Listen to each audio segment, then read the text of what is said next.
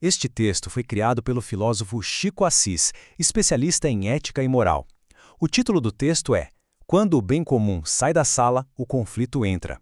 Vamos analisar as ideias dele sobre um problema muito comum nas organizações, o conflito. Tudo começa com uma situação que, olha, é bem comum no mundo corporativo. Uma pergunta bem direta que chegou até o autor. Um conselheiro me perguntou certa vez como mediar um conflito entre dois executivos de alto nível. À primeira vista, parece uma pergunta bem técnica, né? Tipo, qual é a ferramenta certa para resolver essa briga? Mas, para o Chico, a raiz do problema é outra, bem mais fundamental. E é aqui que a gente começa a cavar mais fundo, para diferenciar o que parece ser o problema daquilo que ele realmente é. Então, de um lado, a gente tem o que todo mundo vê, a briga por um projeto, por dinheiro, por uma decisão. Mas o problema real, a verdadeira causa, é que algo muito maior se perdeu. O bem comum simplesmente não está mais no centro da conversa. E o que seriam esse bem comum? Pensa nele como a cola que une o time. É aquele objetivo maior que faz todo mundo remar para o mesmo lado. Quando ele existe, a discordância é saudável, é produtiva. Mas quando ele some, bom, aí a coisa toda desanda. E essa perda tem consequências diretas. Ela vai, aos poucos, degradando a cultura de um lugar. É a transição perigosa do nós para o eu. Olha só essa escadinha. Primeiro, o senso de time some. Depois, os resultados a qualquer custo passam a ser mais importantes que as pessoas. O sucesso da equipe vira só um pano de fundo para um brilhar mais que o outro. E no fim, o que era para ser uma conversa, um diálogo, vira uma briga de ego, uma disputa de poder.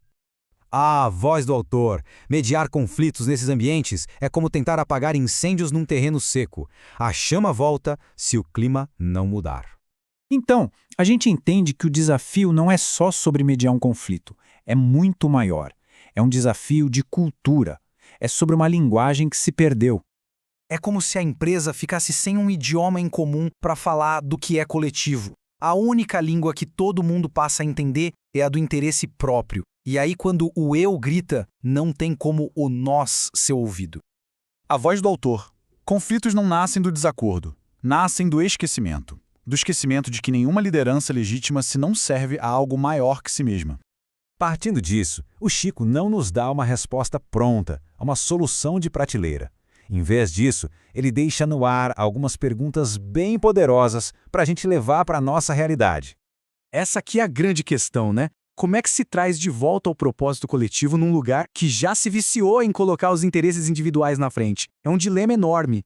E essa outra é uma provocação e tanto. No ambiente de trabalho, as pessoas podem discordar de verdade, de forma construtiva, ou o que existe é aquele silêncio educado onde todo mundo finge que concorda para evitar problema. E quando a gente vê os líderes batendo de frente, o que eles buscam no fundo? É só provar que estão certos? Ou será que por trás da briga existe uma busca por se sentir parte de algo, por pertencer? E para fechar, a pergunta sobre a responsabilidade. Ok, o bem comum sumiu. E aí? De quem é o papel de trazê-lo de volta para a sala? Uma questão que fica para todo mundo pensar. E como diz o Chico, no fim das contas estamos, sim, falando de ética e moral. Se você quer que o Chico comente sobre isso, é só pedir, ele terá prazer em responder.